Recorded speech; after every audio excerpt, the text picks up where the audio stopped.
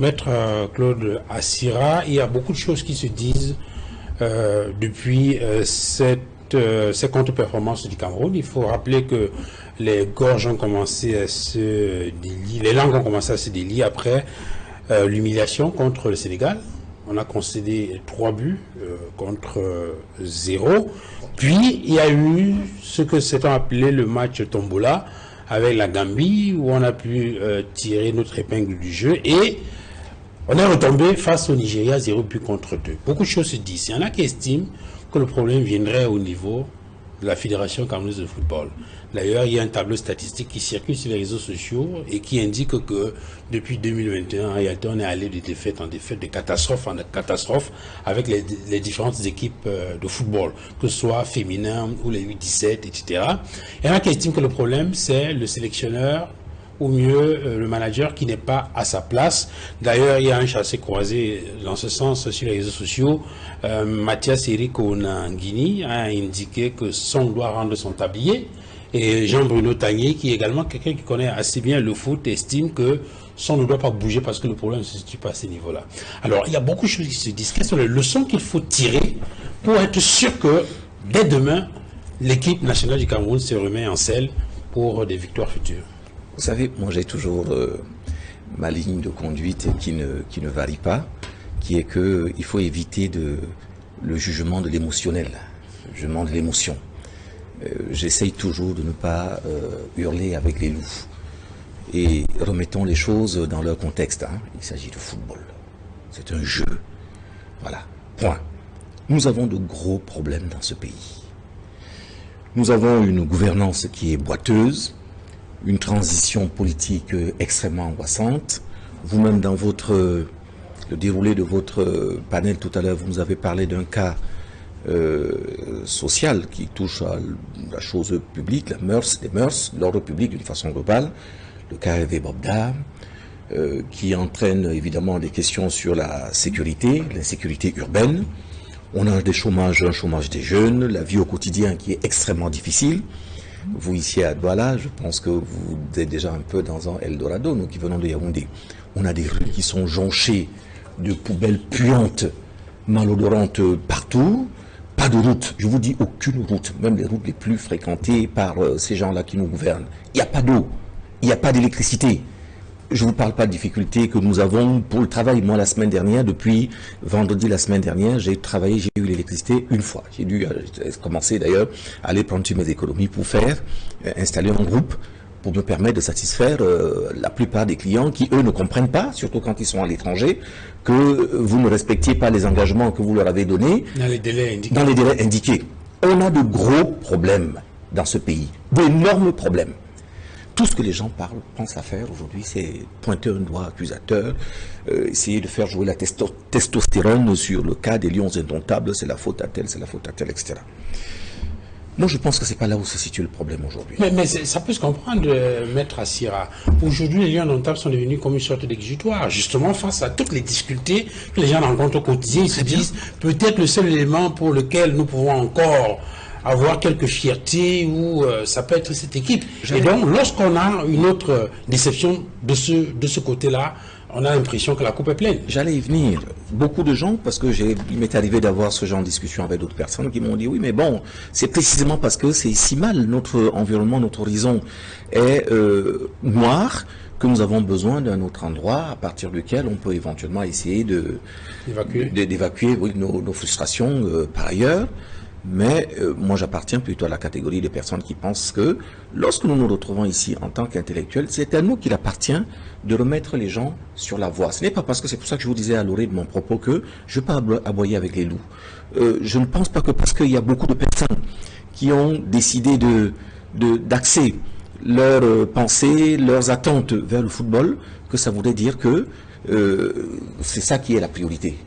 Pour ne rien vous cacher à titre personnel, moi, je n'ai pas versé une larme sur la défaite et l'élimination d'hier. D'abord, premièrement, parce que je m'y attendais un tout petit peu. Quand vous avez été un peu footballeur, que vous avez vu, il y a des choses, c'est comme, vous savez, quand quelqu'un tombe, en fonction de la chute, vous pouvez savoir si c'est juste parce qu'il a trébuché ou si c'est quelque chose qui est plus grave. Voilà, en fonction fonction de ce que vous-même vous connaissez, des éléments. Donc, quand vous voyez la prestation de l'équipe de football du Cameroun, vous savez que non seulement elle est médiocre, mais vous savez également que le temps qui va passer ne sera jamais suffisant pour leur permettre de relier les difficultés. Parce que l'effort est tellement grand à faire que vous pouvez, à partir de votre connaissance un peu l'environnement de football, vous faire un peu une idée du gap qu'il y a.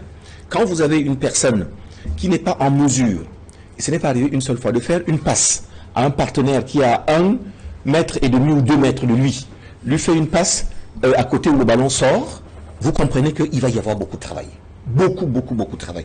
Et ça a été le cas que nous avons rencontré. Donc, je n'attendais pas grand-chose d'hier. On sait à peu près évaluer, connaître les valeurs des uns et des autres. On a vu le Nigeria, qui est un Nigeria lui-même pas forcément rayonnant. Oui. Mais il y a quand même quelques individualités qui ça fait sortir. Mais en comparaison, vous pouvez savoir que bon, ils sont quand même plus solides. Là, c'est la question de qui est le plus fort. Oui. Et puis la deuxième raison, c'était que je pense que pour moi, il est important que nous revenions aux affaires courantes, à la réalité de tous les jours. Notre victoire, je crois, au Gabon, vous avez vu l'effet que ça a fait, ça nous a obscurci encore une fois l'avenir en pensant que nous étions les plus grands, les plus forts, les plus beaux. Moi, je pense même que les échecs ultérieurs du football camerounais, c'est en raison de notre dernière victoire qui nous a donné à penser que on pouvait ne rien faire, être médiocre et pourtant avoir des résultats. Donc, au moins, la défaite a ceci d'avantageux qu'à partir de là, on revient dans des affaires qui sont des affaires normales de la vie de tous les jours. On regarde nos problèmes tels qu'ils sont. Si vous voulez qu'on fasse, cela étant un petit diagnostic de cette coupe, moi je ne sais pas ce qu'on pouvait vraiment attendre de cette équipe. Vous dites, il y a eu une défaite cinglante au Sénégal. Le même Sénégal nous a battus il y a 2 ou 3 mois, déjà, dans des conditions qui étaient celles-là. On les a vus jouer tous les matchs amicaux. Je ne sais pas si vous avez vu quelque chose qui a frémi quelque part, qui vous a donné à penser que on pouvait attendre quelque chose de cette équipe. On les a vus en Coupe du Monde. La Coupe du Monde n'est pas si loin que ça. C'est 1 mois, 1 an et 1 ou 2 mois à peu près. Bien.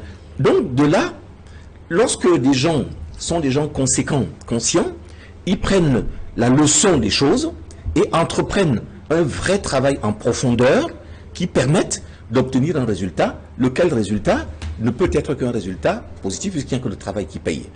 Mais je n'ai pas vu cela.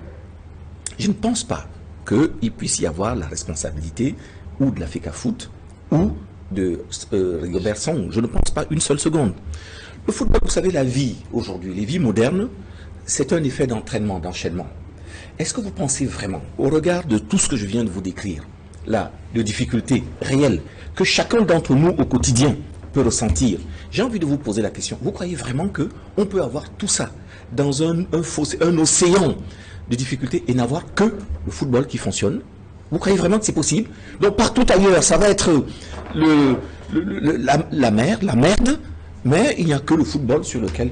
Si vous n'avez pas un gouvernement qui a le sens de la vertu, qui sait fonctionner en fonction d'un certain nombre d'éléments, de règles et autres, vous ne pouvez pas attendre des acteurs qui baignent dans le même biotope, dans le même microcosme, qui soient différents. Donc ils n'ont fait qu'emprunter la couleur du vase qui les contient, qui est le Cameroun. L'équipe nationale du Cameroun, il faut qu'on se le dise, est à la mesure de ce que est le Cameroun aujourd'hui, c'est-à-dire un pays médiocre. Bien. Donc par conséquent, ne jetons pas l'eau avec moi. Quand je regarde individuellement, je vois Eto'o, moi je n'ai pas le sentiment que, évidemment qu'ils vont être jugés.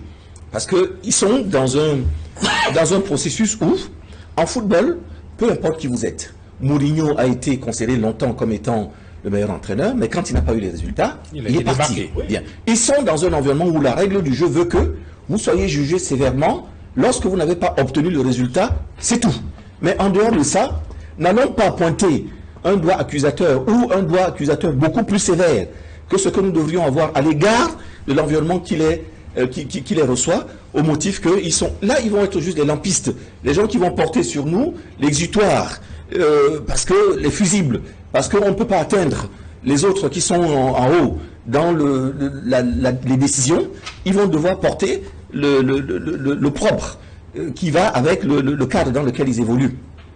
Moi j'ai vu Eto'o entreprendre un certain nombre de choses pour dynamiser le football. Certes, on ne voit pas les résultats, mais personne ne peut dire qu'il n'y a rien qui a été fait. Je vois Rigobert Song, on peut lui donner tous les noms qu'on veut.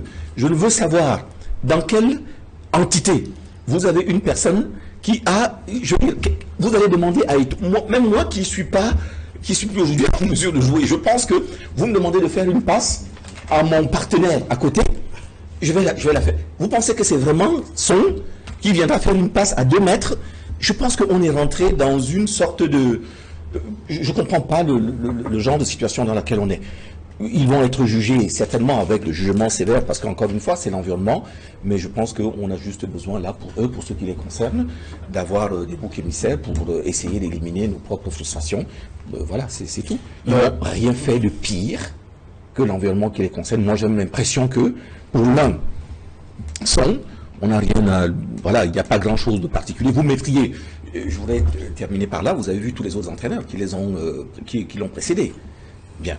Il faudrait que vous me compariez les résultats. Est-ce que on a eu autrefois des entraîneurs qui venaient de partout, qui eux ont eu des résultats fulgurants, et puis on a eu Son qui est arrivé, qui s'est montré boiteux. À aucun niveau depuis longtemps, depuis ça doit faire au moins 10 ou 15 ans, tous les entraîneurs successifs, qu'ils soient français, les Sidorf et tout le bazar, qui ont été parfois des joueurs beaucoup plus brillants, beaucoup plus connus que Son au plan international, on a vu leur parcours sur le terrain. Je n'ai pas l'impression qu'ils aient pu donner un lustre particulier, tout simplement parce qu'ils font avec l'existant. Les joueurs que nous avons, quelqu'un citait tout à l'heure Zambouanguissa. Zambouanguissa, l'année dernière, a été considéré comme étant l'un des meilleurs dans son championnat, c'est-à-dire le championnat italien. Pourtant, dans le même temps, quand il revenait en équipe du Cameroun, on n'a jamais vu une prestation flamboyante de lui. Qu'est-ce qu'on va reprocher à un entraîneur, à un sélectionneur dans ce genre de situation? On peut prendre l'exemple d'Nkoudou. Tous les autres sont des joueurs moyens. Ceux qu'on a cités, quel est le joueur là-dedans qu'on aurait pu enlever? La sélection est une affaire de l'entraîneur. À partir du moment où on a désigné quelqu'un qui, lui, est le responsable d'un entraîneur, s'il va nous prendre un catcheur pour nous l'amener sur un terrain de football, on va lui en faire le reproche. Mais s'il prend un footballeur sur la base de critères qui sont forcément des critères subjectifs, des critères de l'homme, il n'y a rien à lui reprocher. Et tous ceux qui ont été sur le terrain étaient en mesure d'être considérés comme étant des footballeurs intégrés dans une équipe, et je ne pense pas que le fait d'avoir été sélectionné à la place de tel ou tel autre doivent être considérés comme étant une faute pour l'entraîneur. C'est le joueur qui doit normalement réussir une performance. Ils ne l'ont pas fait, ce sont les joueurs qui sont fautifs.